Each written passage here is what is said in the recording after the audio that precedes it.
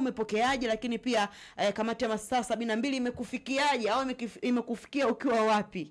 Unajua mimi niipongeze kwanza kamati ya masaa 72 kwa maana ili lungu ambalo wamepitisha ni kutokana na hizi timu au wachezaji pia viongozi lazima wawe na nidhamu. Yaani kuna baadhi ya matukio ambayo yanafanyika ambayo sio matukio ya kimpira.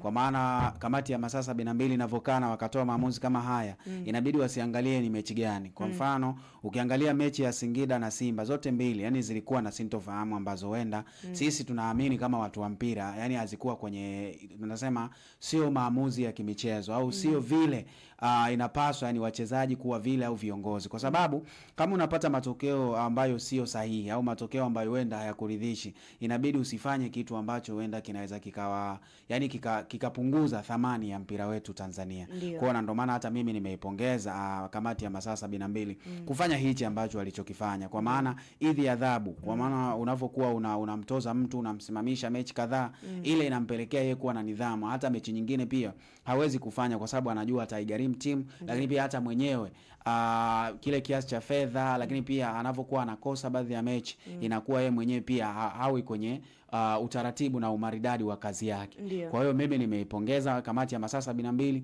Lakini pia ukiachana na mechi hizi za Singida na Simba, kuna baadhi ya mechi nyingi sana kulikuwa na makosa mengi sana. Yaani ilibidi iwe zaidi ya hii hapa.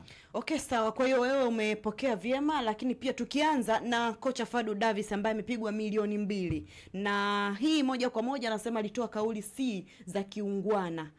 Pengine kwa wewe ambavyo unafahamu na mpira wetu wa Tanzania, kwa hiki ambacho amekifanya kocha Fadlu Davis, pengine wenda watu wakasema ilikuwa ni pressure ya game, na pengine watu hawajazoea kumuona Fadlu Davis akifanya hivyo, na wengi tulishuhudia hicho kitu. Pengine wewe unatambua vipi?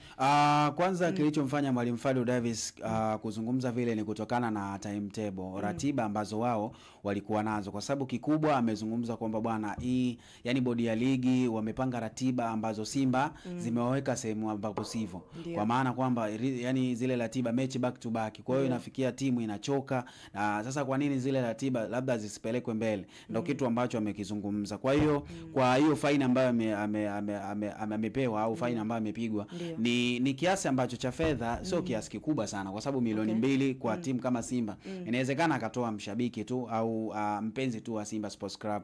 Lakini hiyo sasa inamhatarishia yeye kuwania kwenye zile tunzo za kuwa kocha bora. Kwa sababu unavokuwa na makosa kama hayo ambayo wenda tunaamini kwamba sio makosa ambayo ya kimpira.